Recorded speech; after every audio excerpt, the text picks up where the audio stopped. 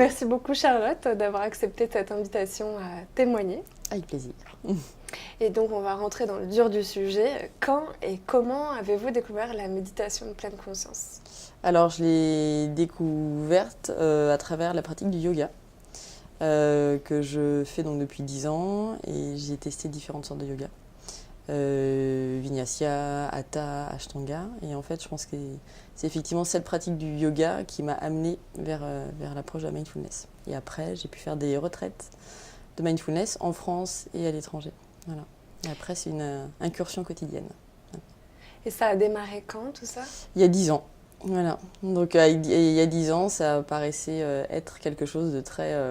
un peu hippie, un peu en marge, mais ça ne me posait pas de problème parce que j'ai vu ça ne me préoccupait pas plus que ça parce que j'ai vu l'aspect positif que ça pouvait avoir sur moi, physiquement et moralement. Enfin, c'est pas mentalement, c'est moralement. Voilà. Est-ce que vous vous rappelez de votre première expérience ? Oui, c'était très perturbateur. C'est très perturbateur parce que je n'arrivais pas à oublier ces pensées qui venaient devant. Voilà. Et je ne comprenais pas en fait. J'étais complètement perdue, c'était un flou, ça me paraissait un univers assez sombre, assez flou et avec un énorme point d'interrogation. Voilà. Donc très perturbateur à la première séance, très perturbateur les 10 suivantes et après c'est comme s'il y avait quelque chose d'un peu plus évident, d'un peu plus facile et c'est la pratique qui m'a amené c'est une pratique plus régulière qui m'a amené à plus de lucidité, de clairvoyance et d'évidence dans le bien-être que ça pouvait apporter. Et donc quand vous dites perturbateur, c'est quoi ? C'est qu'à un moment donné, vous vous êtes rendu compte que le mental était en perpétuelle discussion, oui. Conversation ? Je me suis rendu compte à quel point on pouvait être agité mentalement et physiquement en fait.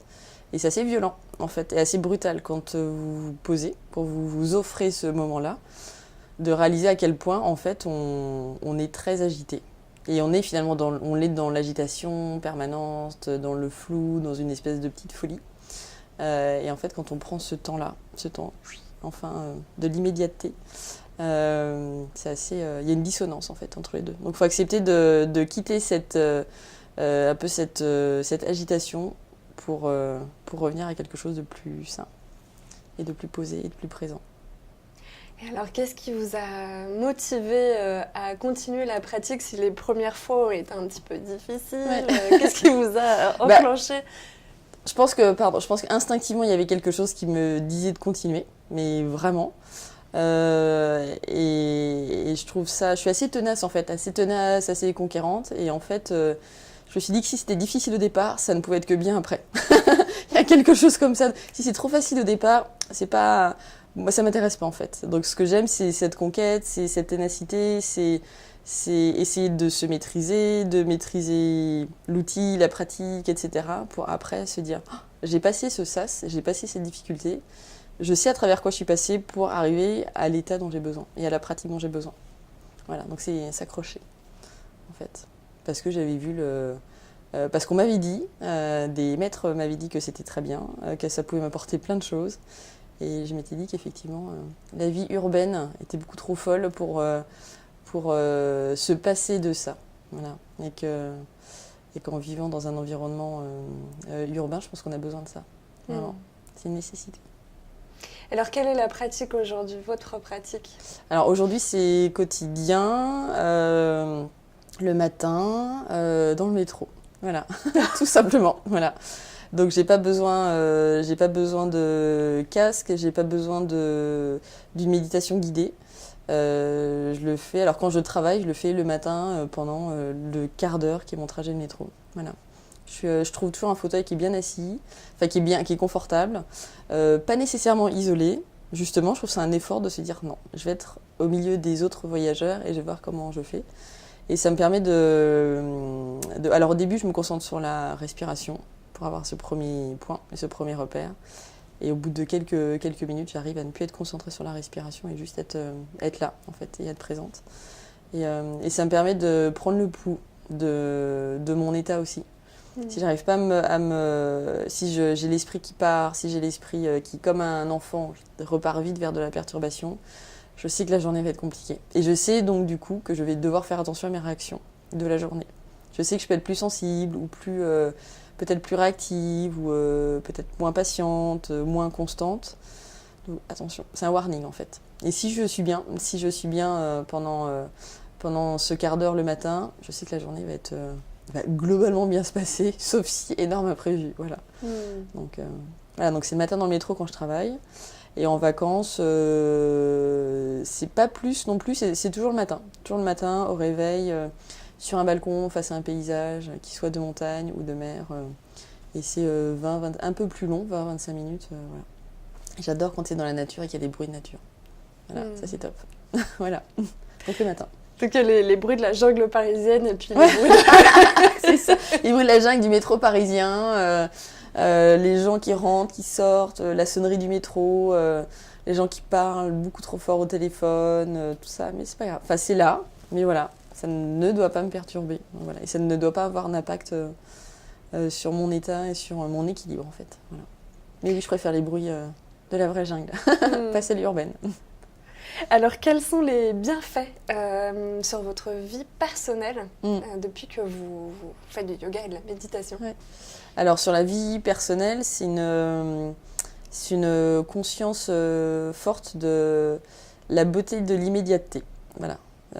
C'est apprécier un lever de soleil, un coucher de soleil, c'est apprécier chaque moment qui est passé, qu'il soit familial ou avec un amoureux ou avec des amis ou seul, c'est apprécier chaque instant. Voilà. Que ce soit un instant de fête, donc très jovial, avec plein de bruit, avec plein d'animation, et en même temps un moment d'hyper calme seul, un moment de balade dans une forêt. Voilà. C'est apprécier le cadeau qui est fait de l'instant, en fait. Voilà. Donc, qu'il soit un peu fou, qu'il soit soit très drôle, qu'il soit très calme, qu'il soit voilà. Globalement. Et l'impact du coup sur la vie professionnelle? Alors sur le pro, étant manager d'une équipe d'un peu plus d'une dizaine de personnes, ça m'aide. Je ne sais pas si j'y parviens, mais en tout cas, ça m'aide à garder une constance une constance, j'allais dire, dans l'humeur, parce que quand vous êtes quasiment en permanence sollicité parce qu'on a quelque chose de positif à annoncer, parce qu'on a quelque chose d'un peu plus négatif à annoncer, parce qu'un collaborateur vient vous demander un conseil, parce qu'il y a une crise entre deux collaborateurs, parce qu'il y a un problème avec un client, bref, plein de choses. Ça permet d'avoir juste le pas en arrière et d'observer le problème en fait, de plus se plonger dans le problème, de plus être dans le problème, mais avoir ce recul-là pour avoir l'esprit clair en fait, et avoir l'esprit lucide pour prendre la bonne décision. Voilà. En tous les cas, la décision qui, moi, me semble la plus juste, parce qu'elle n'aurait pas été perturbée par des éléments extérieurs, ni par une mauvaise nouvelle, ni par une mauvaise météo, ni par l'humeur d'un collaborateur, ni par une excitation qu'il peut y avoir dans le bureau, une agitation. Non, ça permet de ce recul-là. Et en tant que... Et l'autre point aussi qui est important, ça permet un management qui n'écrase pas, mais qui porte. Voilà, toujours. Je pense que ça ne sert absolument à rien de faire du mal, d'écraser, de ne pas valoriser un collaborateur, de pointer ce qui ne va pas. Et ça c'est le deuxième point qui est important. Je trouve que ça permet d'être toujours dans pas une bienveillance, j'aime plus ce mot-là. Je pense qu'il est trop utilisé, mais d'être dans un dialogue, une transparence et une progression. Voilà. Et c'est beaucoup plus agréable pour tout le monde en fait. Voilà. Aussi bien pour le manager que pour celui qui est managé en fait. Parce qu'il sent pas le jugement. Il sent pas le jugement comme il peut y avoir dans un certain type de management parfois un peu paternaliste en fait et complètement vieille école. Donc c'est de se dire on est là pour progresser ensemble, je suis là pour t'aider. Ça ne va pas, c'est un fait, mais c'est pas parce que ça ne va pas que tu es une mauvaise personne en fait. Donc allons-y, et quels sont moi les outils que je peux activer et qu'est-ce que toi tu peux mettre en place pour progresser. Voilà. Donc c'est vraiment progresser plutôt que bam, plutôt que d'écraser et mettre la tête sous l'eau en fait. Donc, parce que vous n'en sortez pas, je trouve grandi en fait. Voilà. En gros. Et est-ce que vous avez ressenti, peut-être qu'il y a un exemple à donner à un moment, un changement d'attitude justement sur ce management C'est-à-dire que ça permet d'avoir des collaborateurs qui savent qu'il y a un échange possible. Voilà. Donc tout le monde a voix au chapitre, voilà, ce qui n'est pas nécessairement le cas non plus dans toutes les entreprises. Ça permet aussi d'accepter ses faiblesses en tant que manager et en tant que collaborateur. Ça explique toujours qu'on est dans une méthodologie de test and learn and amplify si les choses vont très bien, et de dire on avance. Et c'est pas grave. Il y a des choses beaucoup, beaucoup plus importantes et vraiment très, très graves. Et ça, c'est finalement pas si grave que ça. Donc avançons, allons-y, échangeons entre nous. Si l'un a une bonne idée, que ce soit le manager, le membre de l'équipe, un client, un prestataire, tant mieux, c'est très bien. Ça permet un travail commun plus constructif, en fait. Voilà. En gros, sans jugement. Ça, c'est pas mal. Ça change en France. Alors, est-ce que vous avez une expérience peut-être à l'étranger, où je sais que vous travaillez un petit peu avec, c'est une boîte internationale dans laquelle vous êtes. Est-ce qu'il y a des choses qui se mettent en place chez vous Alors, non, pas concrètement, ni dans les autres bureaux, ni encore le mien, ni encore mon bureau, mais je sais que parfois j'ai certaines collaboratrices qui pratiquent, alors qui s'initient à la méditation. Voilà.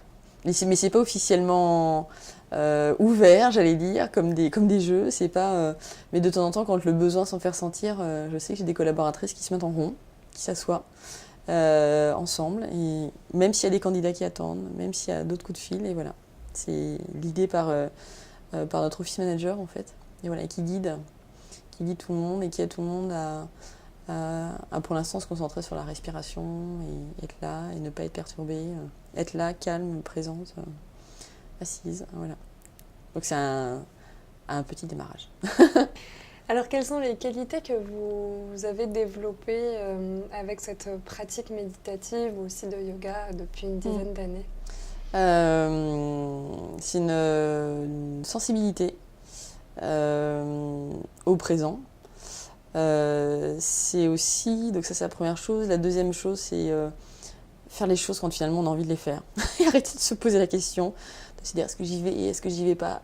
Voilà. Et ça peut être très simple, ça peut être sourire à quelqu'un dans la rue, ça peut être vouloir prendre 10 minutes avant un rendez-vous ou en chemin vers un rendez-vous pour se dire finalement cette terrasse elle me tente, avec ce rayon de soleil il me tente, donc je vais y aller. Voilà, je vais arrêter de me poser 10 000 questions et En fait ça permet de se gâter, je trouve, et de prendre soin de soi et de se dire si ça me fait du bien, si cette terrasse avec ce café et ce rayon de soleil me fait du bien, j'y vais. Si finalement j'ai besoin de passer plus de temps être dans un magasin, faire du lèche-vitrine, je vais le faire. Si j'ai besoin de lire, je le fais. Voilà. C'est être, je trouve, plus en écoute de ce dont on a besoin. Voilà. Et être plus sensible de soi. Je ne sais pas si la formulation est correcte, mais être plus à l'écoute de soi et des autres. Voilà. Et c'est une... il y a un écrivain qui s'appelle Lionel Terray, qui est un alpiniste, chamonniard, qui a... de façon très simple, qui a synthétisé en disant « le présent est immense ».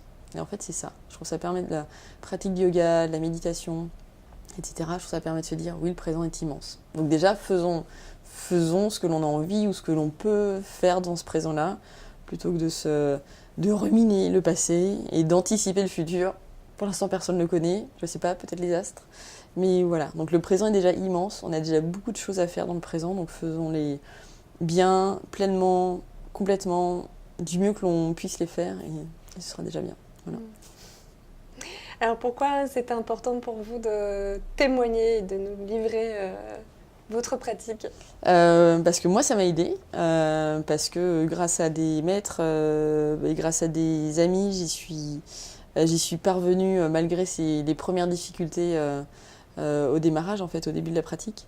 Et je trouve ça extraordinaire. Enfin, je trouve que oui, le présent est extraordinaire. Et c'est dommage de s'en priver. Et je trouve que si ça peut aider déjà une personne, ce serait bien. Voilà.